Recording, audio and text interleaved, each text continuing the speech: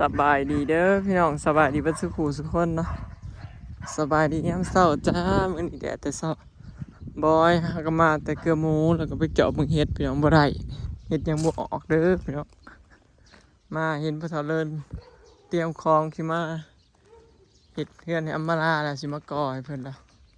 เพิ่นสั่งมาเรียบร้อยเลยพี่น้องปูนอันนี้ปูนอันนี้หินทรายก็สั่งมาแล้วอิฐบล็อกเพิ่นก็สั่งมาแล้วก็มีแต่ซ้ำนี่แหละพี่น้องแล้วก็น่าสิเหลือเล็กจะมันเอามาคิดว่า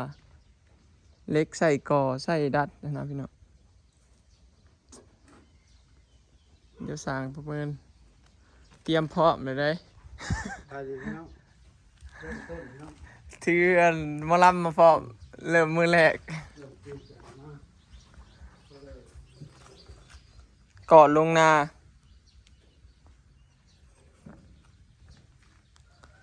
คือสิเฮิงอยู่ดอกพี่น้องภาษีแล้วนี่ก็เพราะว่างานก่องานสาบบ่แม่นง่ายงานละเอียดงานสาบนี่มันงานยากพี่น้องงานก่อนี่บ่ปานใดเนาะงานสาบนี่ยากมันเป็นงานละเอียดกว่าเขาเจ้าสิสาบสิปั้นเนาะเพิ่นเดินเพิ่นสิเทออกมาอีกเด้อนี่มาคุยกับเพิ่นเมื่อวานเพิ่นสิเทออกมานี่เพิ่นสิเฮ็ดเป็นบ่อหนังดินอิหยังของเพิ่นละเพิ่นอยากนั่งชมวิวอิหยังเพิ่นนั่นน่ะเริ่มมื้อแรก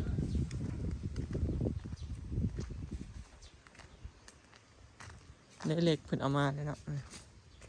เขาเล็กเอามาเทคานพี่น้องเล็กเทคานอันนี้เล็กเส้นเล็กดัดต้องได้เทคานพี่น้องก่อเฮือนเทคานหลุมเทคานเทิงคานปองเอี่ยมมาเด้บอยกับบ่จักดอกพี่น้องแบบเพื่อนเพิ่นนะ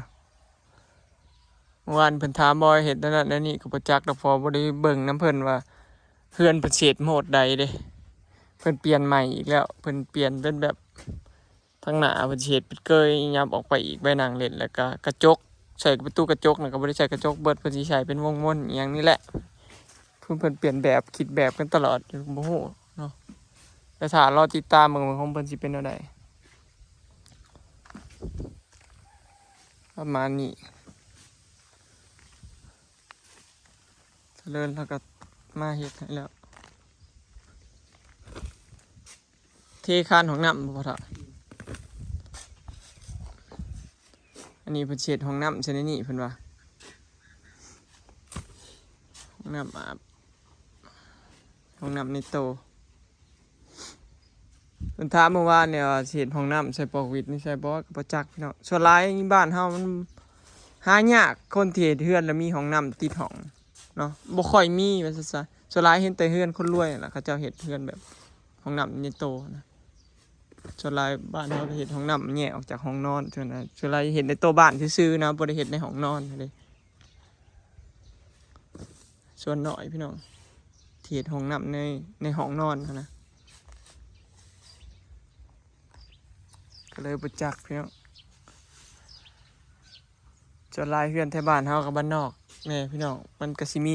ส่วนหลายเฮือนน่ะสิเป็นแบบนี้มีตัวเฮือนแล้วก็มีห้องน้ำแบบนี้นะส่วนหลายเขาแล้วก็บางคนเขาก็เฮ็ดห้องน้ำในโต๊ะบ้านจังซี่นะบ่ค่อยมีแบบเฮ็ดในห้องนอนนะหายากเนาะส่วนหลายเห็นบ้านคนรวยก็จะเฮ็ดมันสะดวกสบายก็จะยามปวดเหนียวก็จะได้เหนียวในห้องจังซี่เนาะสบายเลย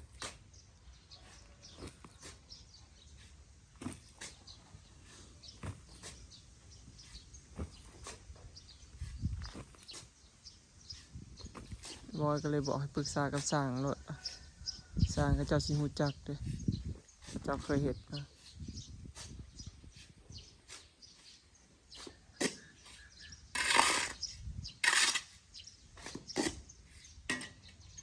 นี่ห้องน้ำเพิ่น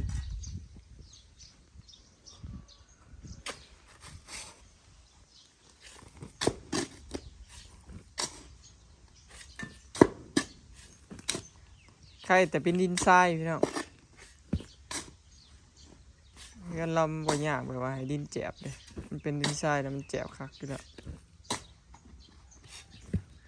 ก็แต่เป็นดินด่าดินเฮาซื้อเป็นดินมาใส่แล้วมันบ่อยากแจบจักเทื่อ เฮ็ดบ่ มื้อนี้สร้างเขาสิมาเฮ็ดอยู่มื้อนี้กันแกมเขาสิมา เอาอีกบ่ หึ ประยุทธ์บ่ ไปหาหมอเมื่อวาน ไปหาหมอ เราก็บ่สบายอันอ่อนแอดอยู่นะมาเราก็มาเบิ่งลูกน้องคันหัวหน้าบ่มาแล้วลูกน้องก็บ่มาเด้คันหัวหน้าแบบว่าคันหัวหน้าบ่มาแล้วก็ลูกน้องก็บ่เฮ็ดจังซี่นะอย่ามันเฮ็ดออกมาแล้วมันบ่ดีบ่งามจังซี่นะเขาก็เลยบ่มาดีกว่าเนี่ยคันหยุดหัวหน้าหยุดแล้วเขาก็หยุดไปเลยหัวหน้าก็บ่สบายพี่น้องสร้างเท้าแล้วเจ็บหลังป่วยเราเป็นกระดูกทับเส้นเด้เรามาเห็นงานแล้วก็แบบโอ้ยนอกคือพอเฒ่าแล้วพอเฒ่าเจ็บๆนะเจ็บนี่คอยเฮ็ดไปแล้วก็ คนน่ะผู้ใช้บ่เวียดนะ แม่น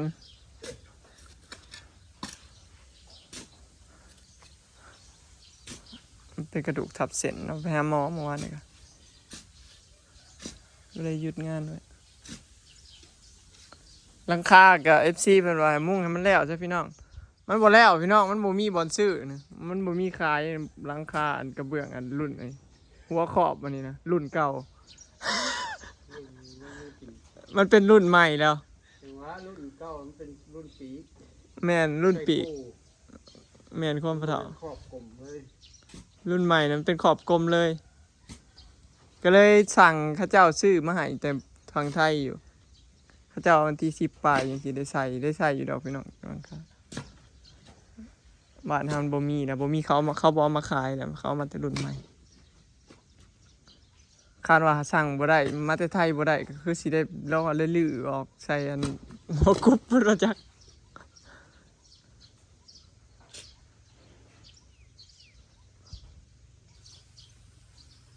แง่มาลายังบ่ได้มาพี่น้อง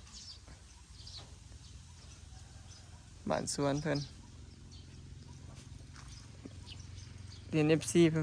นเม่นว่าถ้าแม่นว่าเห็นห้องน้ำนี่โตมันยากก็ให้แขกเพิ่นมาเข้านี่ก็ได้เนาะมันก็แม่นอยู่พี่น้องเนาะยังเอาไว้แต่ห้องน้ำเจ้าของก็ไว้ก็โอเคอยู่เด้เนาะคันว่าเฮาจะเฮ็ดห้องน้ำห้องเจ้าของนะบ้านโอเคอยู่เนาะแขกเขาก็มาเข้านี่ก็ได้มันบ่ยากดอกเพราะมันมีห้องน้ำเด้นี่ก็มาดูปลาบ่ออยว้ามันขึ้นก็เป็นแพมันหายใจบ่ได้โอ้ยังหลายอยู่ปลาตะเพียนกันเลยเด้นะมันบ่ขึ้นมาแต่หน้าน้ำพี่น้องเอ้ยเพราะจังหายไป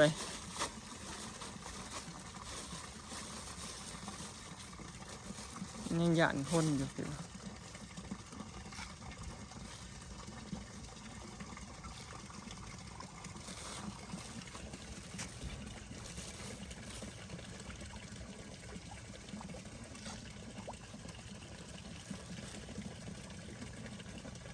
มันหยานคนเลยแต่บอยอันเอาเฮตึกสอนเอา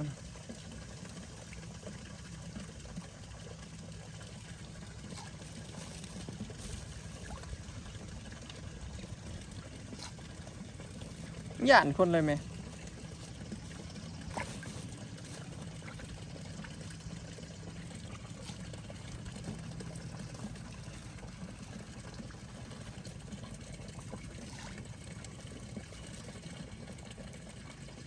มากินเลยจ้า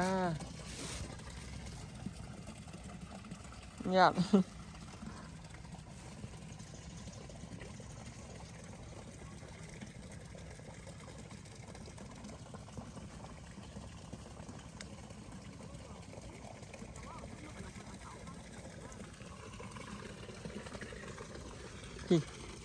มันลอยขึ้นมาหนาหนับมันหายใจบ่ออกโอ้มันขึ้นมาหนาหนับพี่น้องปลาตะเพียนโอ้ยังลายอยู่ขอยคิดว่ามันไปเบิดที่มันยังไม่ได้ไปเด้อพี่น้องมันน่ะมันเป็นแพร่อยู่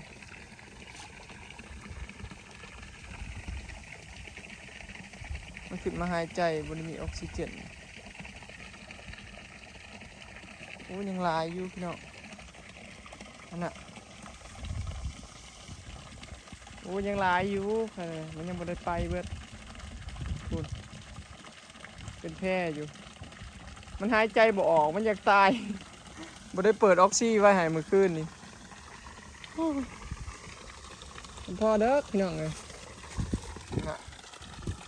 โอ้ยังหลายอยู่พุ่นน่ะจะตัวใหญ่ๆตอนสอนผมบ่เห็นเนาะบ่ได้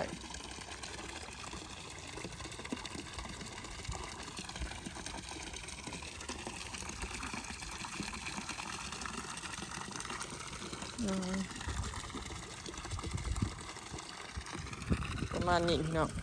ปลาบอยโอ้ถือว่ายังลายอยู่เด้คิดว่ามันออกเบิดจริงมันยังอยู่เด้อพี่น้องยังบักลายตึกแฮเอาบ่ได้พูดเป็นแพร่เลยเห็นบ่มันย่านคนพี่น้องมันขึ้นมานั้นบริกินหัวหานมันหายใจเลยนะมันขาดออกซิเจนบ่พอในเนาะคลองบ่ได้เปิดไว้กลางคืนเนาะเปิดแต่กลางเว้นแล้วก็ปะมันก็เลยลอยหนาน้ำบ่กินหัวหานซะ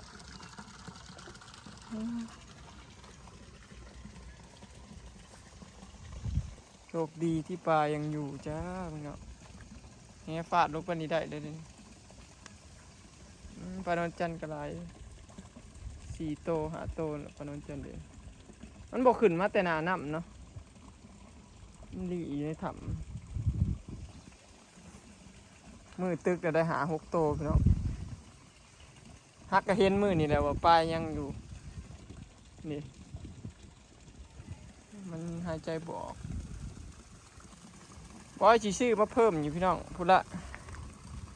ได้เงินก่อนจะซื้อมาเพิ่มอีกปลาตะเพียนเนาะซื้ออีกจะหา6 ธงให้มันได้หลายเนาะคือเขาเจ้าเลี้ยงนั่นแหละเขาเจ้าเลี้ยงเนาะหัวมันหล่นซ่อนอยู่แทบสิกินคนเนาะมันหลายเฮาเลี้ยงบ่หลายแฮงก็เลยคือว่าน้อยเนาะมันกำลังไข่พี่น้องมือนะปิ้งอลิดกินไข่เนาะ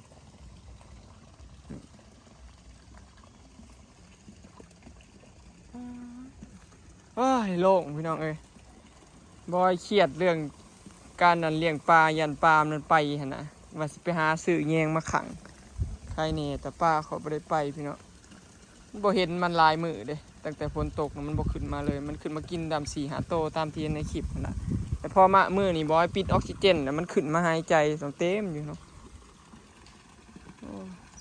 ถือว่ายังลายอยู่จ้ะแต่ปลานิ่นน่ะเห็นบ่ลายเนาะแต่นวลปลาตะเพียนเห็นลายแล้วพี่น้องเลยโอเคละคะแนนพี่ซื้อมาเติมอยู่เนาะประมาณนี้พี่น้องเขามาเบิ่งสวนเนาะเขามาเครือปลาแล้วก็เมื่อนี้สร้างว่าสิมาเฮ็ดเฮือนต่ออีกเนาะยังแล้วบ่คักยังอีกบ่ว่าสิเฮ็ดให้มันแล้วประมาณให้เหลือแต่แอมนะให้เหลือแต่แอมก็พอเนาะบัดได้เงินจังสิแอมเนาะก่อนอื่นก็จังได๋ก็คลิปเมื่อวานนะพี่น้องบอยอธิบายบ่ชัดเจนจังได๋ก็ขอโทษขออภัย FC ทุกคนเด้อเนาะที่เว้าไปแบบนั้นที่เว้าบ่ชัดเจนแล้วก็ FC เพิ่นเบิ่งคลิปบ่จบแน่เนาะความหมายของบอยก็บ่ได้หมายความว่านั้นดอกพี่น้องเนาะใจก็บ่เคยคิดว่าเรื่องอันนั้นนี่ดอกเนาะก็ขอบคุณ FC เพิ่นทุกคนที่ซัพพอร์ตแล้วก็เป็นกำลังใจให้ตลอดมาอยู่พี่น้องเนาะบอยก็คิดสำนึกอยู่เนาะคันบ่มี FC ก็บ่มีมื้อนี้ดอกอันนี้เว้าตรงๆโลดเนาะบอยได้ดีแล้วก็มีทุกมื้อนี้ก็ย้อน FC เบิ่งคลิปให้นี่แหละเนาะคันเฮือนหลังนี้ก็แล้วก็ได้ก็ย้อนว่า FC เบิ่งคลิปให้หั่นล่ะเนาะแล้วก็ขอบคุณทุกคนที่เข้ามาให้กำลังใจบอยเด้อพี่น้อง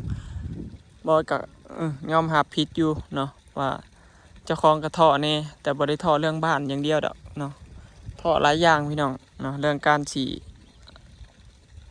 แต่เรื่องบ้านนี่มันก็บ่ได้ท้อปานใดดอกเรื่องอื่นหลายกว่าเนาะเรื่องบ้านนี่ก็บ่มีเงินก็แค่หยุดเฮ็ดส่ำนั้นแหละมันบ่ได้ยากเนาะแต่ว่าบอยท้อหลายอย่างเรื่องอื่นเนาะแล้วก็มื้อนี้ก็หิวใจแล้วพี่น้องเนาะดีใจแหละกับรู้สึกว่ามีกำลังใจขึ้นหลายเนาะ FC เพิ่นเข้ามาให้กำลังใจหลายเนาะบอยสิสู้ต่อพี่น้องเนาะสู้ต่อไปเนาะลำบากกว่านี้ก็ผ่านมาแล้วเนาะบ่ได้คิดท้อแล้ว เรื่องอื่นเนาะเรื่องบ้านนี่บ่ได้คิดท้อดอกพี่น้องเนาะเดี๋ยวมีเงินยามใดก็สิเฮ็ดต่อเนาะแต่ว่ารอบนี้ก็สิใส่ไม้เส้นใส่นั่นใส่นี่ให้มันแล้วเนาะแล้วก็จังสิเอาไว้แอมทีหลังเนาะโอเคเนาะพี่น้องขอบใจ FC ผู้สู้หูทุกคนเด้อที่ติดตามแล้วก็เป็นกำลังใจให้ตลอดมาเด้อพี่น้องเนาะที่ซัพพอร์ตกันมาตลอดเนาะยังไงก็ฝากเบิ่งคลิปฝากเป็นกำลังใจแบบนี้แต่ให้บอยตลอดไปเด้อพี่น้องจนกว่าเฮือนหลังนี้สิแล้วเนาะไปแล้วจ้าสบายดี วันนี้ดีใจมากเลยที่ทุกคนให้กำลังใจ ขอแต่มีกำลังใจก็พอพี่น้องเนาะบ่ขอหยังหลายจาก FC เนาะขอแต่มีกำลังใจให้กันตลอดก็พอแล้วเนาะ